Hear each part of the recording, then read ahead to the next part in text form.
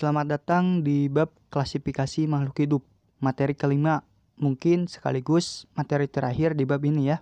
Di materi sebelumnya kita sudah mempelajari mengenai kunci determinasi ya.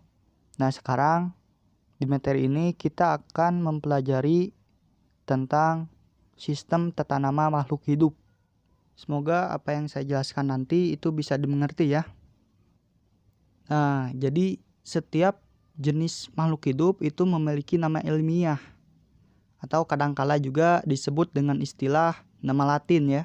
Penyebutan nama Latin ini sebenarnya kurang tepat karena sebagian besar nama yang diberikan itu bukan dalam bahasa Latin yang asli, melainkan nama yang diberikan oleh orang yang pertama kali mendeskripsikannya, baru kemudian itu dilatinkan. Nah, orang yang mendeskripsikan suatu spesies itu disebut dengan deskriptor ya. Nama spesies yang diberikan oleh ahli pada mulanya itu merupakan deskripsi lengkap suatu organisme. Misalnya, Physalis amnoramosisme remis angulosis glabris flis dentocerati, yang berarti tanaman yang memiliki batang bersudut dan daun berbulu dengan tepian yang bergerigi. Nah, namun pada perkembangannya, nama yang cukup panjang ini itu dianggap kurang praktis dan akan sulit untuk diingat jika dihafal ya.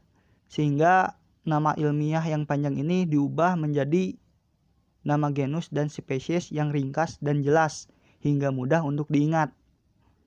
Contohnya seperti Physalis angulata. Pemberian nama ilmiah pada setiap makhluk hidup tujuannya agar spesies mudah dikenali dan menghindari kesalahpahaman.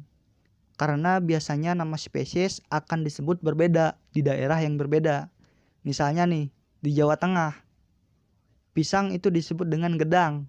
Sedangkan di Jawa Barat, gedang artinya pepaya. Terus, pisang di Jawa Barat itu disebut dengan cau. Sedangkan dalam bahasa Inggris pisang disebut dengan banana. Nah tentunya hal seperti ini pasti akan membuat kesalahpahaman ya. Nah maka dari itu nama ilmiah itu penting digunakan pada setiap makhluk hidup. Contohnya misalnya nama ilmiah dari pepaya yaitu Carica papaya. Terus nama ilmiah dari pisang yaitu Musa paradisiaca. Nah, dengan penamaan ilmiah ini itu bisa dianggap sebagai nama pemersatu ya. Kalau diibaratkan dengan bahasa seperti bahasa Indonesia ya. Bahasa Indonesia adalah bahasa pemersatu untuk bahasa-bahasa daerah yang lain yang ada di Nusantara ya. Nah, jadi begitu ya. Terus pada tahun 1735 Carolus Linnaeus memperkenalkan sistem pemberian nama ilmiah untuk setiap jenis spesies yang menggunakan sistem tata nama ganda atau disebut dengan binominal nomenklatur.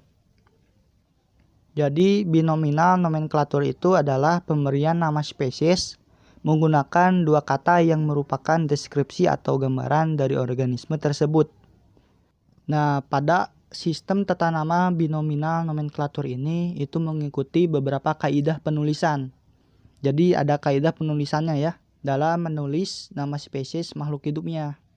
Kaidahnya antara lain yaitu yang pertama menggunakan bahasa Latin atau bahasa lain yang dilatinkan.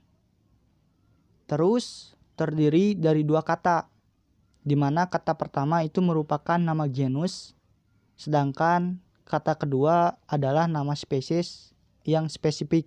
Contohnya nama Latin dari cempaka putih yaitu Misselia alba. Nah, di sini terdiri dari dua kata, yaitu Misselia dan alba. Kata pertama itu menunjukkan genus. Di sini cempaka putih memiliki genus Misselia ya. Dan alba di sini itu menunjukkan nama spesies yang spesifik dari cempaka putih ya. Kaidah selanjutnya yaitu huruf pertama pada kata pertama ditulis dengan huruf kapital. Sedangkan huruf selanjutnya itu ditulis dengan huruf kecil ya kata pertamanya. Nah, kaidah selanjutnya yaitu nama genus dan nama spesies itu ditulis dengan cetak miring atau biasa disebut dengan italik ya. Jadi ditulisnya dengan menggunakan tulisan bercetak miring. Nah, jikalau tidak bisa menggunakan cetak miring, itu bisa menggunakan garis bawah. Jadi si nama ilmiahnya itu kita kasih garis bawah ya, underline. Nah, kaidah selanjutnya yaitu nama atau singkatan nama dari deskriptor itu dapat ditulis di belakang nama spesies ya. Penulisannya dengan menggunakan huruf tegak tanpa garis bawah. Nah, jadi biasanya dalam penamaan spesies makhluk hidup itu tak jarang ada yang ditambahkan dengan nama deskriptornya ya, atau yang mendeskripsikan makhluk hidup tersebut. Misalnya contohnya seperti nama Latin dari kedelai, yaitu Glycine maxmer. Nah, mer di sini itu merupakan nama dari deskriptor ya, atau yang mendeskripsikan makhluk hidup ini, yaitu kedelai. Contoh lain yaitu nama ilmiah dari buncis, Vicia fava L.